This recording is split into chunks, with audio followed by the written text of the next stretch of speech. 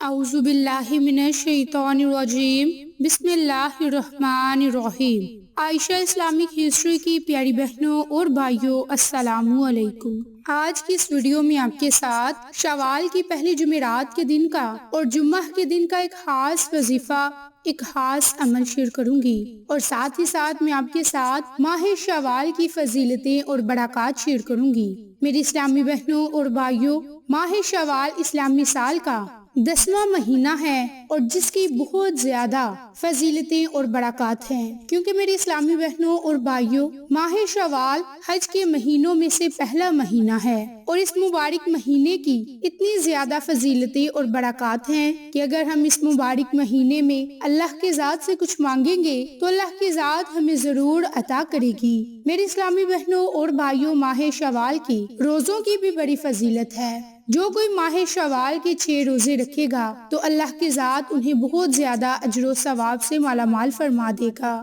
میری بہنوں اور بھائیوں، آپ اپنی استطاعت کے مطابق شوال کے 6 روزے بھی رکھیں، کیونکہ رمضان اور شوال کے روزے مل کر پورے سال بلکہ پوری زندگی کے روزے بن جاتے ہیں۔ یہ نفلی روزے ہیں رمضان کے لیے، جیسے فرض نماز کے لیے سنتیں اور نوافل ہوتے ہیں، اور ان کی کمی اور کوتاہی کو پورا کیا جاتا ہے۔ تو رمضان کے بعد شوال کے روزے بھی ہیں۔ رمضان کی قبولیت کی ایک طرح کی علامت ہے، کیونکہ نیکی کے بعد نیکی قبولیت کی علامت ہوتی ہے، اور شوال کے روزے رمضان میں کی گئی عبادات پر اللہ کی شکر گزاری کا بھی ایک ذریعہ ہے۔ شوال کے روزوں سے گویا انسان شیطان کو مایوس کر دیتا ہے، اور رمضان کے بعد انسان کو اللہ کی عبادت سے غافل کر دے گا، بلکہ شوال میں بھی اللہ کی عبادت میں مصروف اور مشغول ہو کر انسان یہ پیغام دیتا ہے کہ وہ کسی خاص دن یا خاص مہینے سے نہیں بلکہ ہر وقت اللہ کی عبادت میں مصروف رہنا چاہتا ہے۔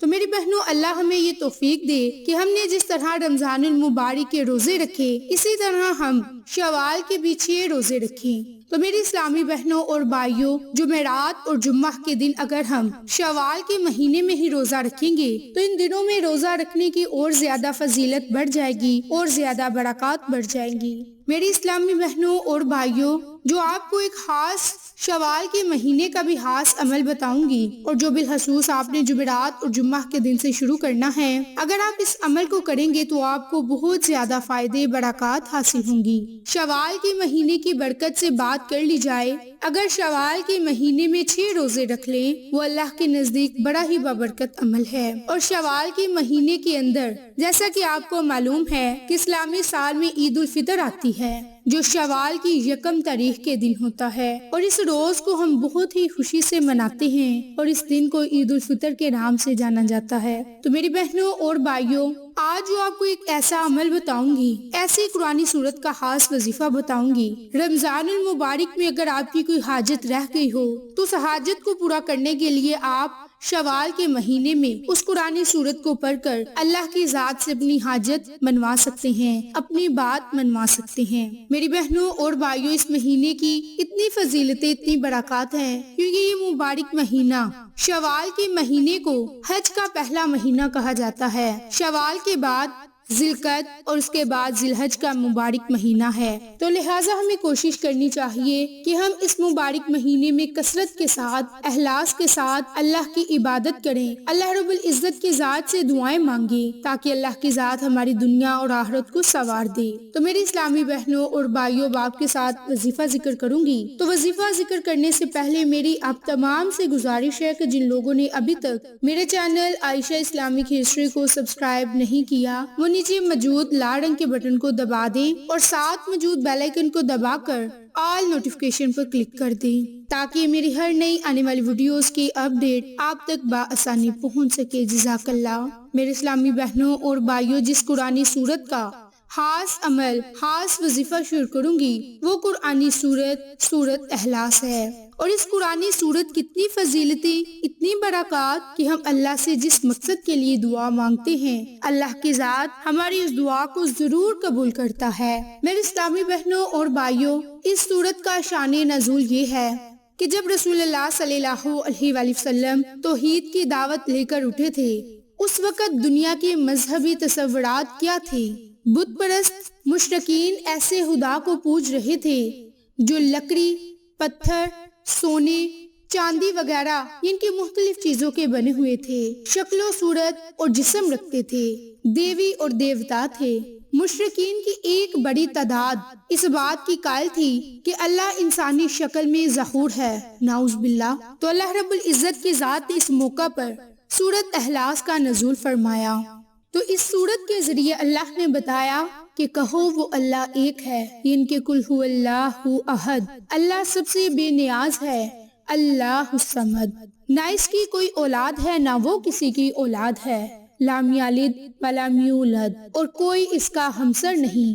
وَلَمْ يَكُنْ لَهُ كُفُوًا أَحَدٌ۔ اس قرآنی سورت نے ہمیں یہ بتایا کہ اللہ کا کوئی شریک نہیں، وہ یکتا ہے۔ تو میری اسلامی بہنوں، یہی وجہ ہے کہ رسول اللہ صلی اللہ علیہ وآلہ وسلم کی نگاہ میں اس سورت کی بڑی عظمت تھی، اور آپ صلی اللہ علیہ وآلہ وسلم مختلف طریقوں سے مسلمانوں کی اس کی اہمیت محسوس کرواتے تاکہ وہ کثرت سے اسے پڑھے اور عوام الناس اسے پھیلائے، کیونکہ یہ اسلام کی اولین بنیادی عقیدہ توحید کو 4 مختصر فکروں میں بیان کرتی ہے، جو فوراً انسان کے ذہن نشین ہو جاتی ہے اور آسانی سے زبان پر چڑھ جاتی ہے۔ احادیث میں بھی اس کی بڑی فضیلت اور برکات ہے۔ اگر ہم اسے کثرت سے پڑھ کر اللہ کی ذات سے کچھ مانگتے ہیں تو اللہ کی ذات ہمیں ضرور عطا کرتا ہے۔ میری اسلامی بہنوں اور بھائیوں، اب آپ کو اس سورت کا خاص عمل، خاص وظیفہ بتاؤں گی کہ آپ نے اس سورت کا خاص عمل کس طرح سے کرنا ہے، کہ آپ نے شوال کی پہلی جمعرات اور جمعہ کے دن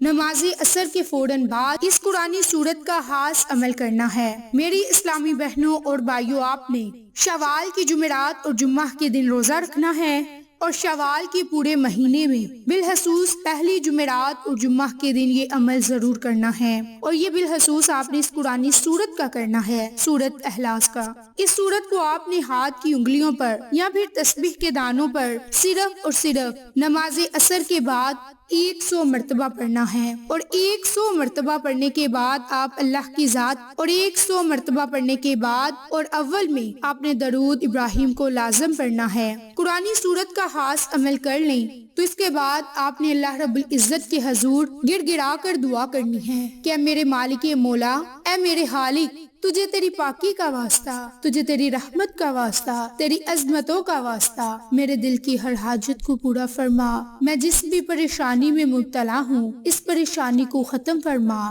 اور آپ نے اللہ کی ذات سے خصوصی جو دعا مانگنی ہے کامل یقین سے مانگنی ہے۔ انشاءاللہ اللہ کی رحمت سے آپ کی زندگی میں کسی بھی قسم کا اگر کوئی معاملہ خراب ہے تو وہ ٹھیک ہو جائے گا۔ تو آپ اس عمل کو خود بھی کر لیں، اپنے عزیزوں، قریب اور اپنے جاننے والوں کے ساتھ شیئر بھی کریں تاکہ وہ لوگ بھی اس عمل کی برکتوں سے فیض یاب ہو سکیں۔ تو میری اسلامی بہنوں، آپ کو آج کی یہ ویڈیو پسند آئے تو اسے لائک، شیئر اینڈ سبسکرائب کریں۔ جزاک اللہ۔